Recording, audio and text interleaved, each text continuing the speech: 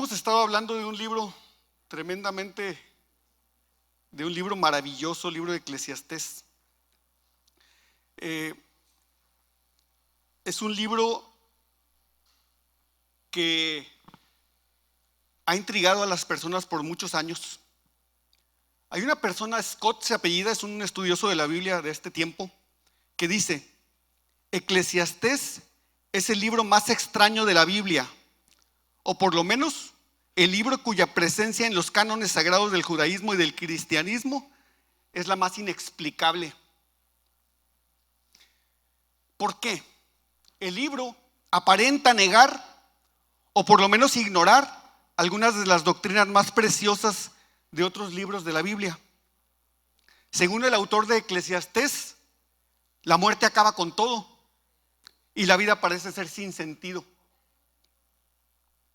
Pero es importantísimo que podamos entender que el autor está hablando desde el punto de vista de la noción de un hombre que no conoce las cosas espirituales, y su entendimiento o su conocimiento está limitado a lo que él llama debajo del sol, al conocimiento natural, terrenal del humano. El título de este libro en hebreo es Kohelet, que viene de la palabra Quahal, que significa convocar a asamblea, y por lo tanto dirigirse a una asamblea, como en este caso a una congregación. En la Septuaginta, que es una versión griega de la Biblia, la palabra que se utiliza de Eclesiastés es eclesia, y eso ya nos suena más conocido, eclesia. ¿A qué le suena eclesia? Iglesia, exactamente. Aquí equivale a orador público, predicador o maestro moralista. Tratando de explicar el sentido de este libro, algunos rabinos que se reunieron por ahí entre el año 70 y el año 90 después de Cristo, tratando de explicar por qué existía este libro, dijeron: lo que creemos es que Salomón escribió cantares cuando era joven. ¿Recuerdan cuál es el énfasis de Cantar de los Cantares? El amor, juventud, amor. Dicen que escribió Proverbios cuando estaba en la madurez de su vida. ¿Y de qué trata Proverbios? Habla de la vida práctica, cómo vivir una vida centrada, cuyo centro es Dios. Ese es el énfasis del libro de Proverbios. Y dicen que escribió Eclesiastés cuando ya era anciano. Y el énfasis de Eclesiastés es la ilusión. Eclesiastés por poco fue rechazado del canon de la Biblia. En ese concilio que hubo por ahí entre los años 70 y 90, no están muy seguros exactamente en qué fecha fue. Dice que hubo una discusión muy fuerte y muy grande acerca de la canonicidad de este libro. Muchos decían: este libro no es inspirado por Dios, y lo querían sacar de las escrituras. Al final, Dios les dio el discernimiento y les dio el entendimiento, y decidieron mantener este libro dentro del canon cristiano. Algunos de los críticos decían que aparentemente este libro no alimenta la fe ni la esperanza como otros libros de la Biblia. Y vamos a iniciar a leer Eclesiastés 9, del 13 al 18. Nuevamente, Eclesiastés 9, del 13 al 18.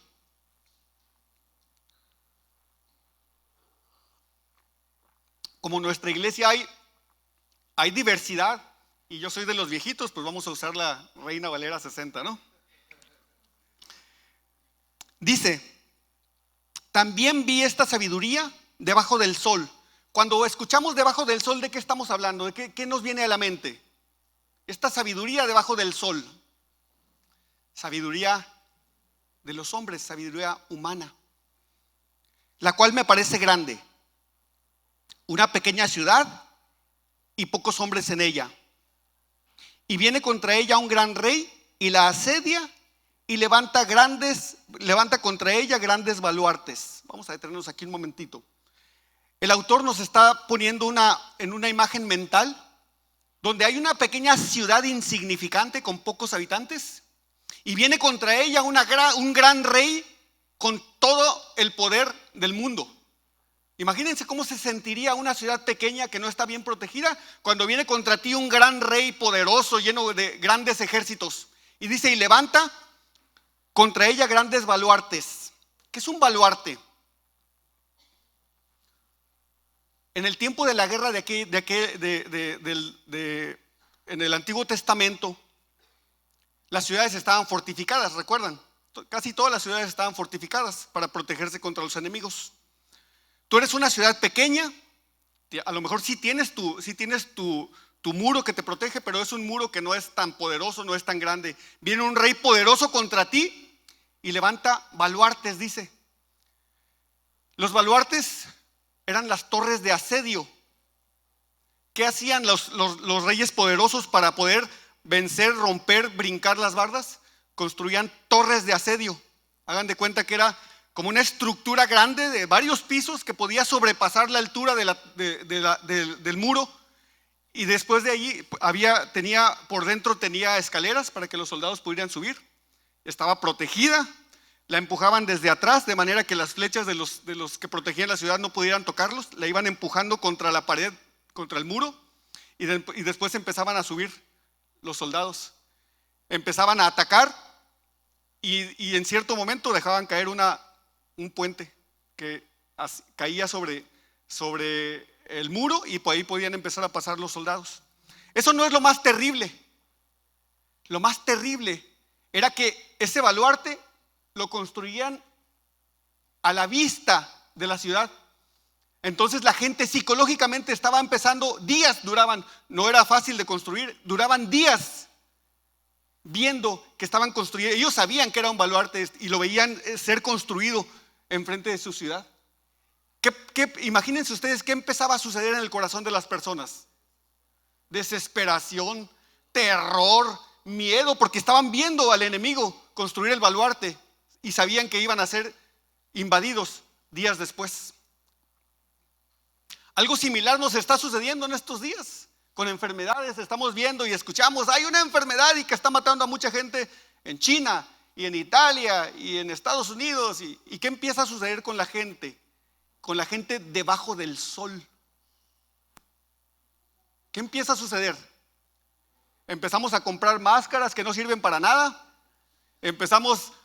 Vi algunas fotos de gente con un garrafón de 20 litros puesto en la cabeza, no sé si lo vieron, queriendo protegernos.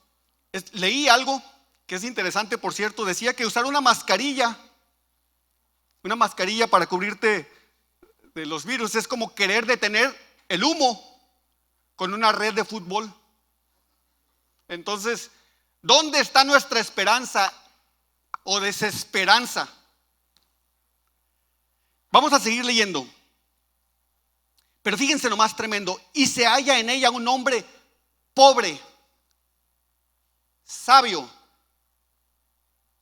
el cual libra a la ciudad con su sabiduría. Y nadie se acordaba de aquel pobre hombre. Ese hombre que es un hombre humilde, pero sabio, un hombre pobre pero sabio, les dice, yo sé cómo protegerlos, yo sé cómo protegernos. Aplican lo que el hombre dice, la ciudad se salva de aquel rey poderoso, de aquel rey grande. Y poco tiempo después se olvidan de él.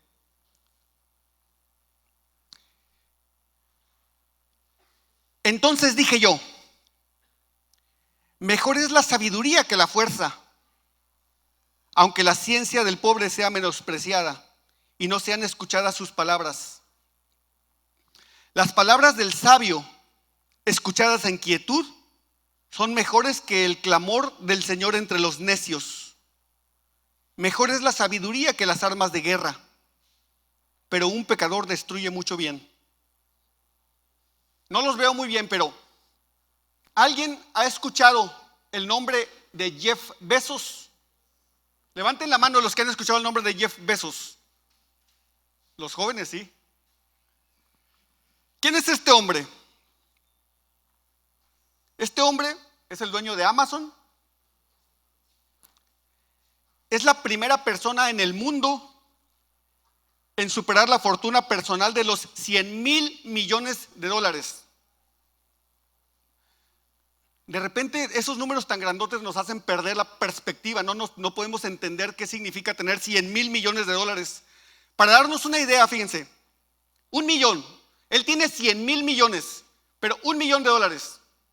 Si nos lo regalaran, podríamos vivir 30 años sin trabajar, gastando 52,000 pesos al mes. Ese es 1,000,000 de dólares. 30 años sin trabajar, gastando 51,000 pesos al mes. Ese es uno. Él tiene 100,000 millones. Este hombre, Jeff Bezos, fue nombrado persona del año en la revista Time en 1999. Estamos hablando ya de hace casi 21 años. En 2008 fue seleccionado por US News and World Report como uno de los mejores líderes de América. Bezos fue galardonado como doctor honoris causa en ciencias y tecnología por una universidad en 2008. En 2014 fue clasificado como el mejor CEO del mundo por el Harvard Business Review. ¿Y cuál ha sido el mérito de este hombre? Generar riqueza. Es el hombre más rico del mundo. De hecho, ya en el 2019 tenía 108,000 millones de dólares, ya había subido. Este año, en el 2020, está fundando una asociación que va a luchar en contra del calentamiento global. Tenía años que la gente del mundo lo estaba criticando porque lo único que estaba haciendo era generar riqueza, riqueza y riqueza, y no hacía absolutamente nada con ella más que generar más y más. Entonces, para callar un poquito las críticas, este año está lanzando una asociación que va a ayudar a combatir el cambio climático. Por otra parte, ¿alguien ha escuchado el nombre de Maurice Hilleman? Levante la mano el que haya escuchado el nombre de este nombre. Maurice Hilleman. Hilleman nació en 1919, falleció en el 2005. Este hombre fue un microbiólogo estadounidense especializado en vacunación que desarrolló a lo largo de su vida 40 vacunas. Hilleman nació en una granja en Montana. Fue el octavo hijo de Ana y Gustavo Hilleman. Su hermana gemela murió al nacer y su madre murió 2 días después. Él fue criado en una granja en Montana. Para entender un poquito la importancia del trabajo de este hombre, les comento que él inventó 8 de las vacunas que se aplican en nuestros cuadros durante nuestra niñez y adultez. Algunas de ellas: sarampión, paperas, hepatitis A, hepatitis B, varicela, meningitis, neumonía y el bacilo de Pfeiffer, ese no sé qué es. A este hombre se le atribuye haber salvado más vidas que ninguna otra persona en la historia de la humanidad. Y no lo conocemos.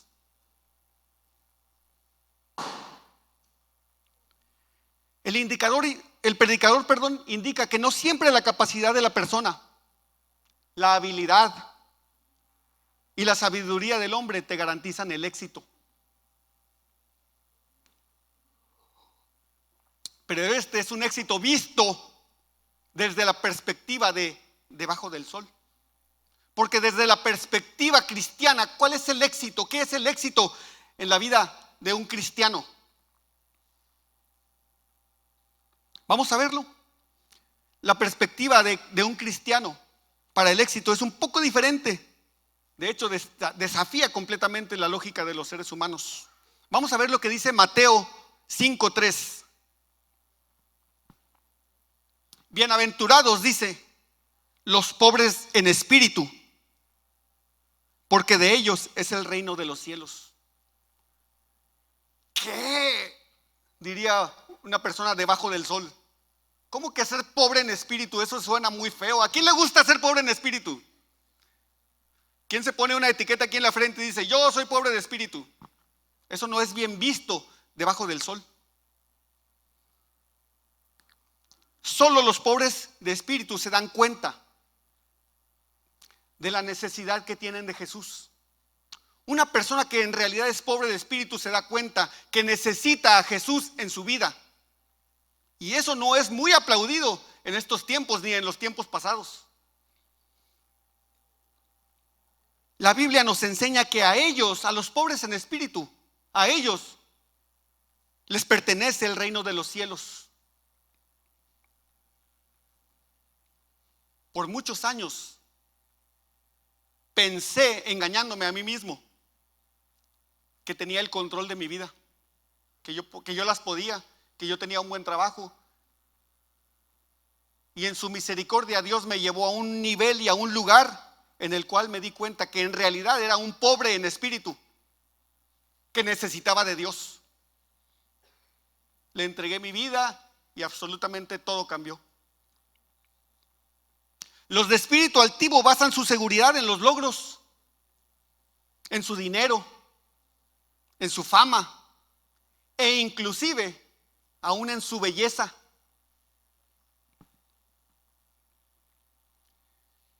Pero Dios tiene palabras duras verdaderamente para aquellos altivos de espíritu. Vamos a ver lo que dice Proverbios 1, 24 al 26.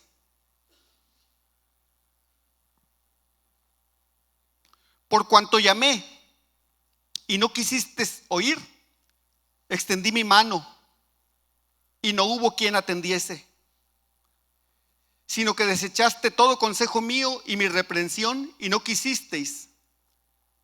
También yo me reiré en vuestra calamidad y me burlaré cuando os viniere lo que teméis. Tremendo, tremendo. ¿Qué debemos esperar nosotros, los que vivimos del otro lado del sol? Los que tenemos una perspectiva no en lo temporal, no debajo del sol, sino una perspectiva en lo eterno. ¿Qué debemos esperar? ¿Dónde está nuestro éxito?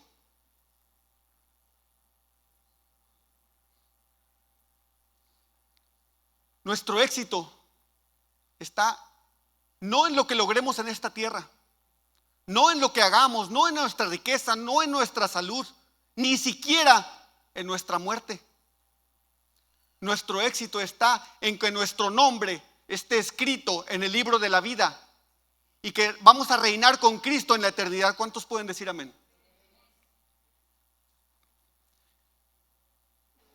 Y el autor todavía en los versículos 17 y 18, al final, llega a la conclusión de que la sabiduría es mejor. Al final sigue siendo mejor la sabiduría, a pesar de todas sus limitaciones. Es mejor oír las palabras suaves de una persona sabia que los gritos de un rey necio. Es mejor tener sabiduría que tener armas de guerra. He escuchado a muchos amigos de mi trabajo, no cristianos.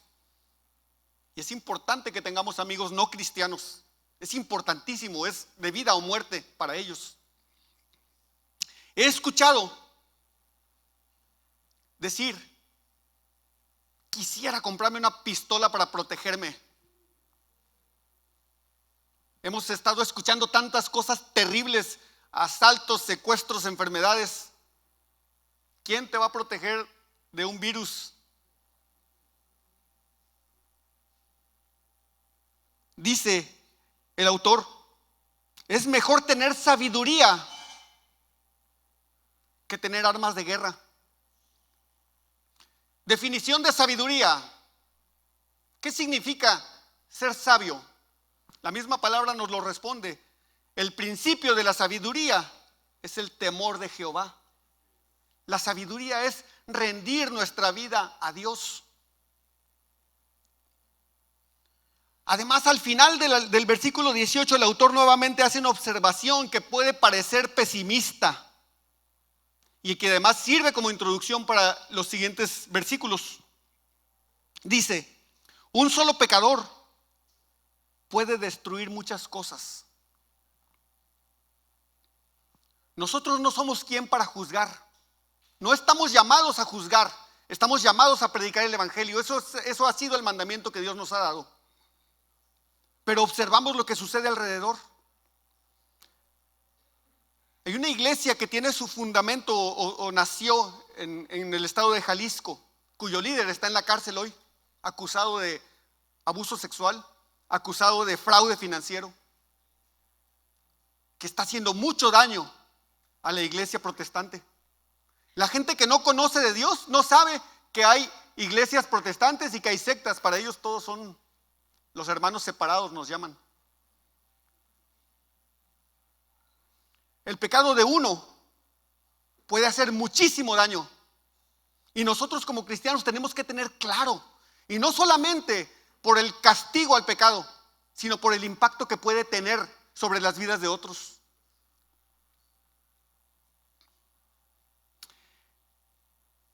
El capítulo 10 de Eclesiastés es una colección de proverbios.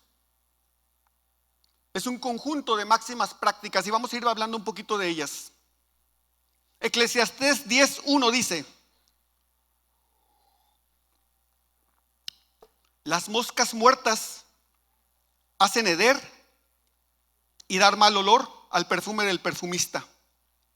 Así una pequeña locura al que es estimado como sabio y honorable.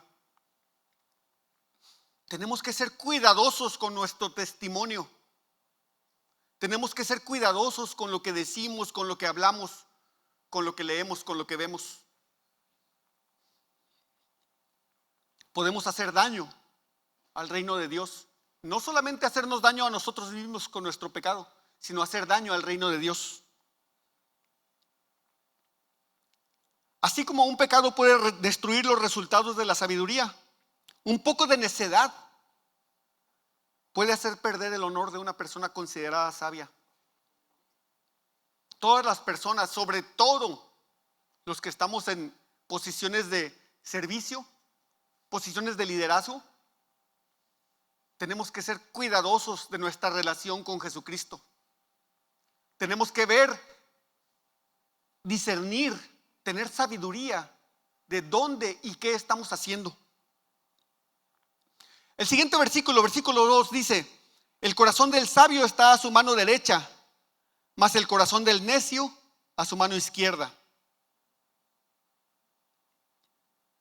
Los términos mano derecha y mano izquierda se refieren a la sagacidad contra la torpeza. Esto es importante. Los pensamientos del sabio lo conducen a lo beneficioso, mientras que los del necio hacia lo que es perjudicial. Yo creo que alguien hace muchos años leyó esto debajo del sol y dijo: los zurdos son del diablo. ¿De veras? ¿De veras? Yo soy zurdo. En el tiempo, cuando yo estaba en la primaria, gracias a Dios a mí no me tocó, pero a muchísimas de las personas que vivieron en mi generación les prohibían escribir con la izquierda, nos prohibían escribir con la izquierda. Hubo gente, a mí me tocó escuchar compañeros ya cuando estaba en la prepa, en la universidad, que decían que les amarraban la mano a los zurdos para que a fuerzas escribieran con la derecha. Eso es falta de discernimiento. El corazón del sabio está a su mano derecha, más el corazón del necio a su mano izquierda. No quiere decir que los zurdos sean del diablo o seamos. No, eso es una mala interpretación. Lo que está hablando aquí es la sagacidad, la destreza y la torpeza. Yo soy torpe con mi mano derecha, no me funciona como mi mano izquierda. Tenemos que extraer el principio y no irnos con la falta de discernimiento. Versículo 3. Y aún mientras va el necio por el camino, le falta cordura y va diciendo a todos que es necio. No es posible esconder la necedad. Cuando somos necios lo gritamos al viento, la gente se da cuenta. Y aquí el autor nos dice, lo va diciendo con sus propios actos, con sus propias palabras, va diciendo qué necio soy. Versículo 4.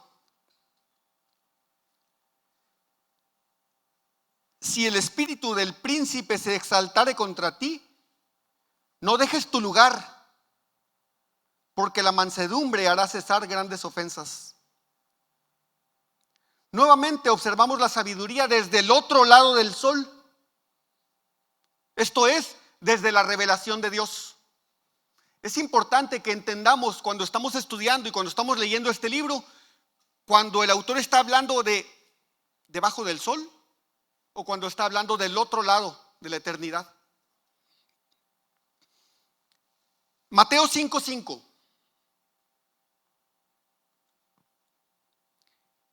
Bienaventurados los mansos, porque ellos recibirán la tierra por heredad.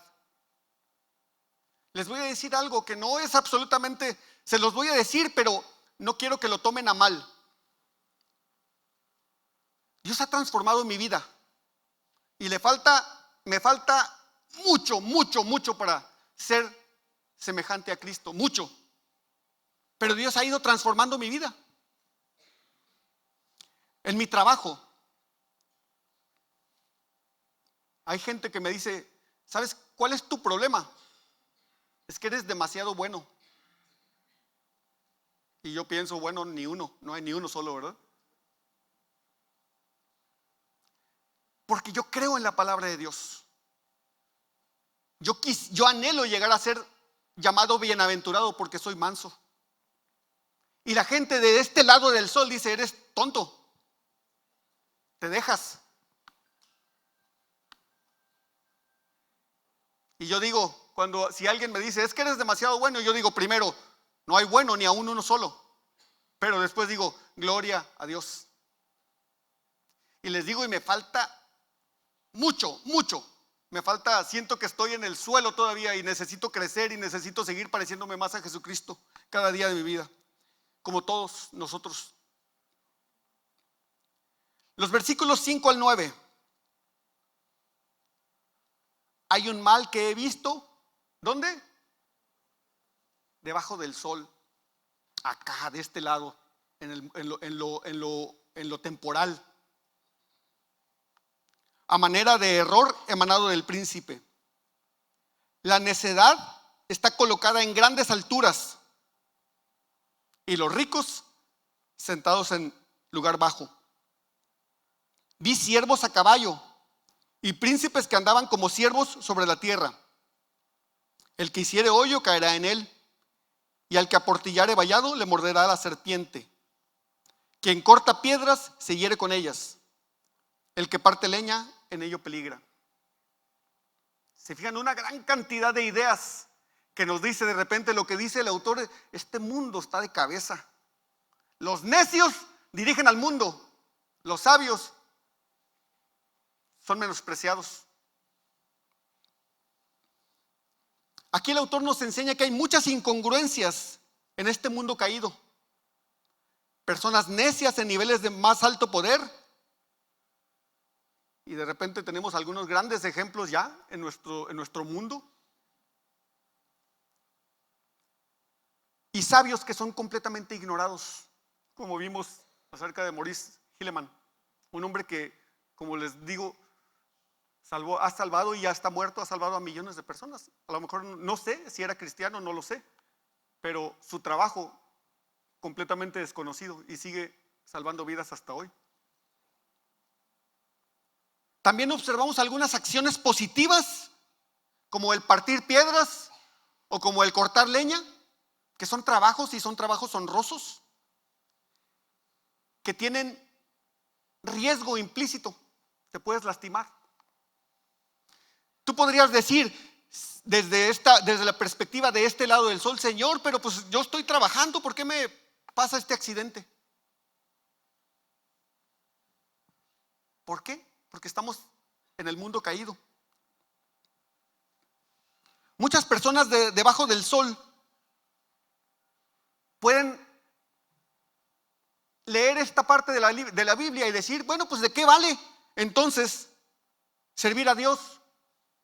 Si de todos modos me voy a enfermar, si de todos modos me pueden robar, si de todos modos me pueden matar. Esta es una de las razones por las cuales debemos ser muy cuidadosos cuando interpretamos el libro de Eclesiastés. Siempre que escuchemos debajo del sol, está hablando de lo terrenal.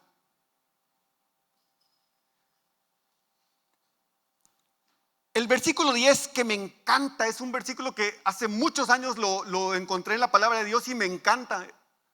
Dice, si se embotara el hierro y su filo no fuere amolado, hay que añadir entonces más fuerza, pero la sabiduría es provechosa para dirigir. Si lo leemos en la Nueva Versión Internacional, dice, si el hacha pierde su filo y no se vuelve a afilar, hay que golpear con más fuerza. El éxito radica en la acción sabia y bien ejecutada. Lo voy a leer otra vez. Si el hacha pierde su filo y no se vuelve a afilar, hay que golpear con más fuerza. El éxito radica en la acción sabia y bien ejecutada. Hace muchos años leí un libro, de hecho creo que todavía no era cristiano, que se llama Los 7 hábitos de la gente altamente efectiva. No sé si lo han leído alguna vez. Me encantó, fíjense. En ese libro, el autor, Stephen Covey, si mal no recuerdo, platica una historia de un joven leñador que entró a trabajar. Como no tenía experiencia, era mucho menos productivo que los leñadores que ya tenían mucho más tiempo, que eran expertos, tenían años trabajando. Y entonces él se esforzaba y se esforzaba y se esforzaba más. A la hora del desayuno no se iba a desayunar y seguía trabajando y seguía trabajando y seguía trabajando. En un momento se hizo más productivo, aprendió, le entendió y se hizo más productivo que los demás. Y los otros leñadores le decían, oye, tranquilo, bájale poquito. No puedo detenerme, tengo que seguir y tengo que seguir y tengo que seguir. Le dijo uno de los leñadores viejos, tienes que detenerte, tienes que afilar tu hacha. Y dijo, no puedo detenerme a afilar mi hacha porque pierdo tiempo y entonces pierdo productividad. Después de cierto tiempo, el hacha empezó a perder filo y su productividad se vino hasta el suelo, porque su arma de guerra, su arma de trabajo no estaba afilada.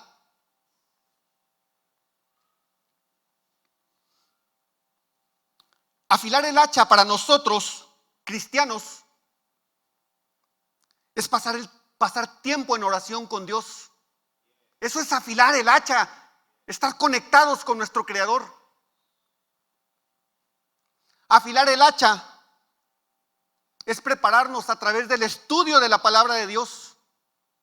No, es que no tengo tiempo para estudiar la palabra, mejor que otros estudien y yo me dedico a trabajar. Nadie va a afilar tu hacha más que tú. Afilar el hacha es cuidar nuestros matrimonios.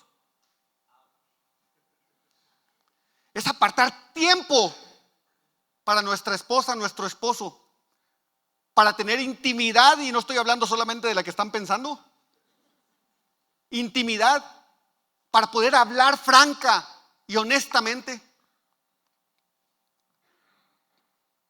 para revitalizar nuestro matrimonio. Y les he dicho muchas veces, hombres, no sean codos, inviertan, llévense a su esposa un fin de semana al hotel, les aseguro que no se van a arrepentir. Jóvenes, no me escuchen, cásense primero. Afilar el hacha es cuidar nuestros cuerpos, el templo del Espíritu. Si dices, es que no puedo comer sano porque tengo que trabajar y como pura pizza, eso es falta de sabiduría. Y a mí me falta sabiduría, por cierto. Afilar el hacha es rendir nuestras vidas completamente a Dios. Con esto termino. Salmo 111:10.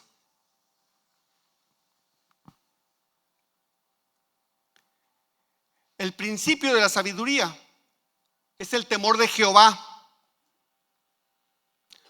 Buen entendimiento tienen todos los que conocen sus mandamientos. ¿Así dice? Buen entendimiento tienen los que practican. Somos faltos de sabiduría.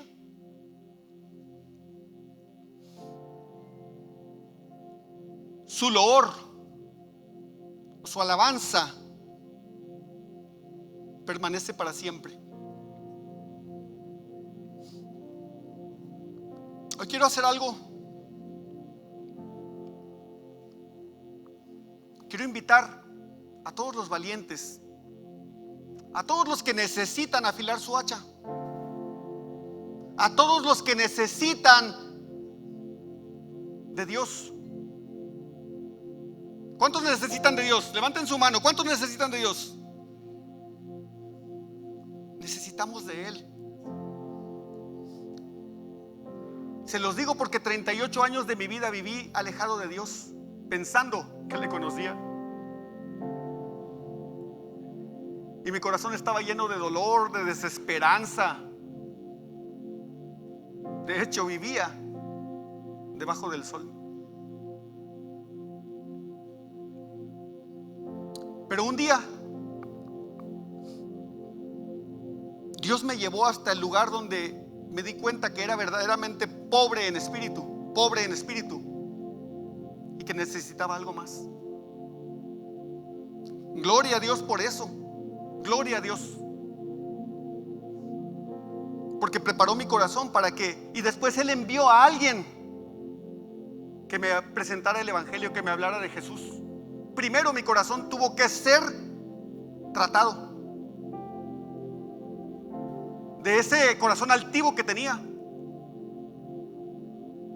Dios me mostró cuánta necesidad tenía de Él, y en ese momento envió a la persona adecuada para que me hablara de Jesús.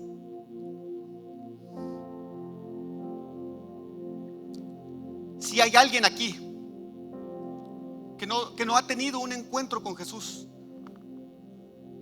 yo quiero pedirle que en esta mañana me sigas en oración. No es necesario que te pares y que digas aquí estoy. Si lo quieres hacer, adelante, no pasa nada. Estás aquí en una congregación de hombres y mujeres que saben que necesitan a Dios, que saben que somos pecadores y que necesitamos el perdón de Dios.